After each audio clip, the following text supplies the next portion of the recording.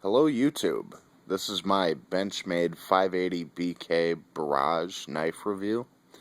I've had this knife for probably about a year now. My friend bought it for me for Christmas last year. This was after I had one, owned one, loved it, and then I sold it to purchase a Dalton Cupid Auto, which are supposedly pretty rare.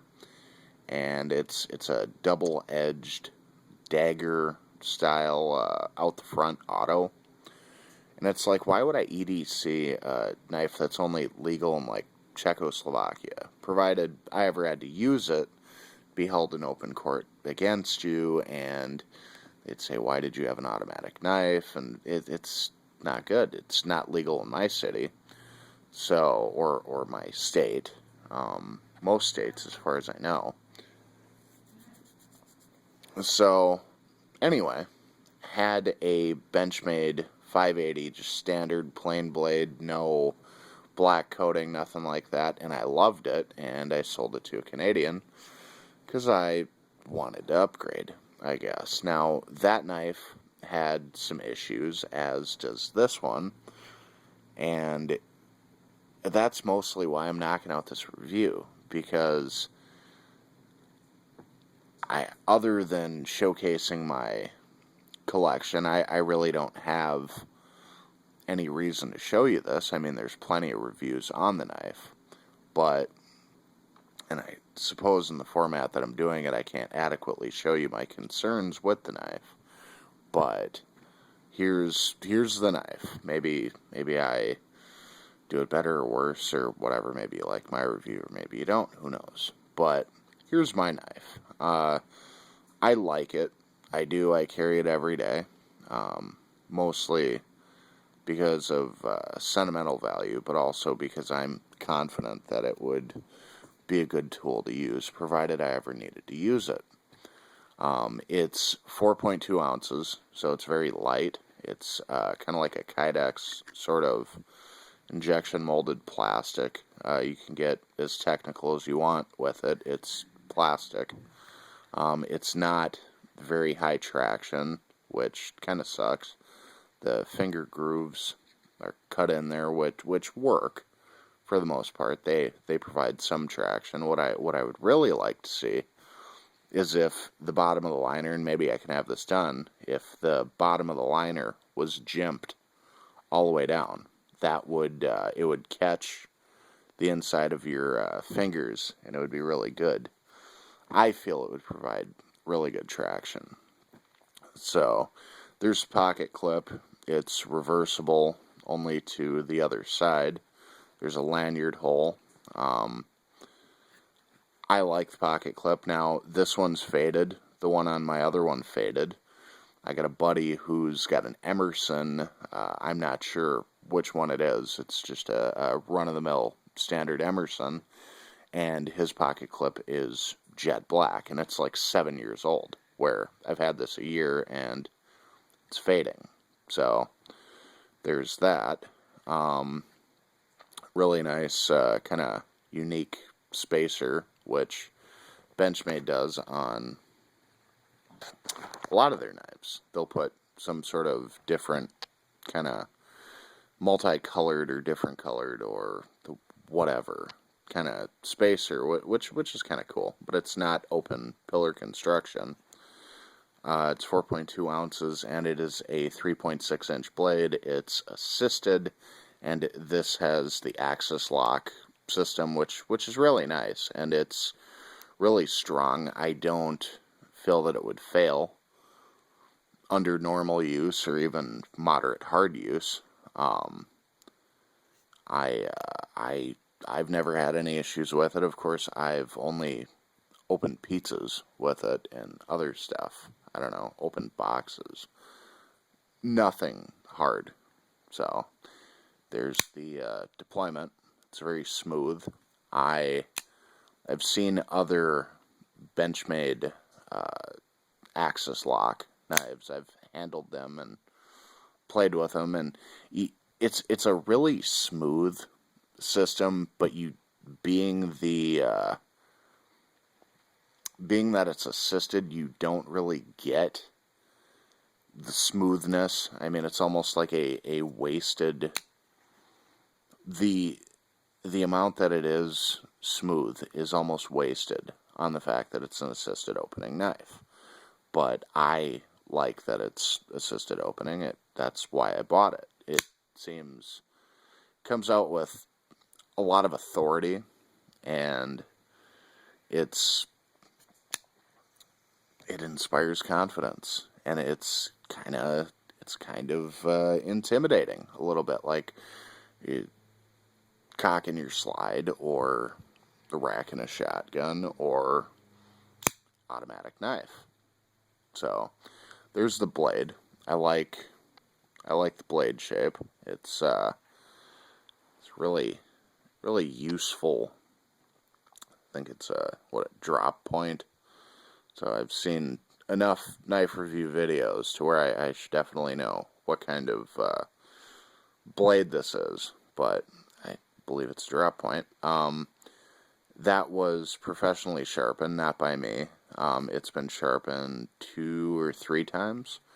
It's 154 cm steel, obviously, and I haven't been thoroughly impressed with it. I mean, the knife itself, I think it's a very attractive knife. I like the feel in hand. It's a very comfortable feel, when you have it in hand. But get a good grip. There's no jimping, which is kind of odd. And for it to be a smooth kind of material, it's lacking in traction, I guess. Which is why I hope I never have to use it. Among the fact that, I'd be in a world of crap if I ever had to use it. But I feel that it's possible to slide forward on the blade. I don't know. I'm currently looking at a couple other knives to replace as my EDC. There's a lock on the back, which I do not use. I have no use for it. I'm confident that this will never open in my pocket. I mean, there's quite a bit of retention there. I mean, it's definitely a solidly made knife. Most of the reason that I have the light on while doing this review, I guess, is to show the all the detail, and the fact that the liners are milled out. So they're supposed to be like 420J hardened stainless steel liners, which I have on my Black Hawk Crucible 2, and it's a heavy duty knife. That is I'll probably do a review on that. But this is pretty cool, where they're drilled out to make it lighter. There's a version of this blade with G10 handles, which I'm thinking about getting. It's got M390 steel and G10 and aluminum handles. It's the 581, I believe. Gorgeous knife, but it's like double the price. This retails for $160. Most places online you can find it for about $135. I know my friend paid $103, I believe it was, like $103 at GP Knives, which I've ordered knives from. I like the company. I don't know why they're so cheap, but they are. And if you're looking for a Benchmade knife, you have to screw around with, give me a quote, but they're definitely cheaper than most places online. So yeah, this is the knife. I like it. I do. But there's blade play. There's blade play, and I can't really, holding my phone with one hand and the knife with the other, I can't show you, but there is side to side, and there is up and down too.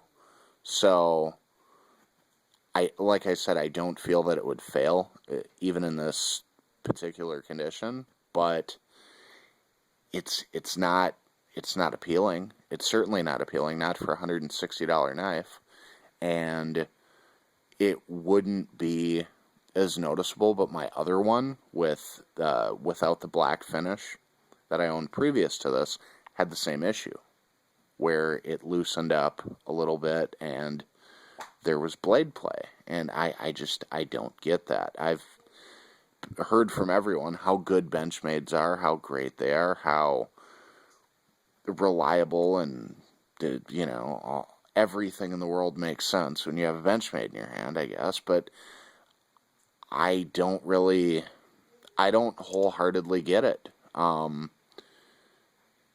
Why is there blade play? So I guess it's assisted. There has to be a little bit of a slight amount. I'm not sure, but I'm not happy with it. That's for sure. The finish is relatively nice. I mean,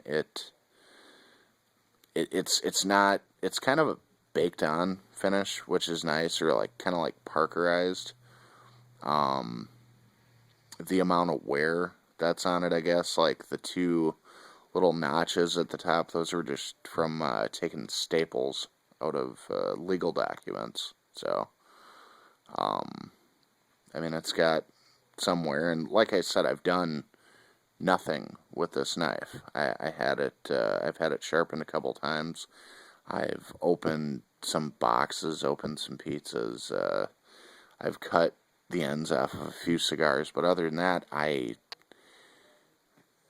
haven't really used it. It's certainly not a. It's really not an EDC. I mean, I carry it for backup protection when I don't have my 45 on me. So, yeah, that's what I carry this for. So, I'm happy with it. I like the knife. It's a very attractive knife, but it's got some issues. Mostly blade play, and there's no jimping, and it's kind of a cheap plastic kind of handle, and there's no traction. Clip seems to, the finish on the clip isn't great. That's my critique of the knife. And I'm not really happy with 154 cm because I've found that it doesn't exactly hold an edge quite as well as I'd want it to. It's certainly not nearly as good as VG10. So, I don't know. That's my review, and if you have one, if you have any comments about it, if you have similar issues, let me know. Let's chat. So, thanks for watching. Have a good one.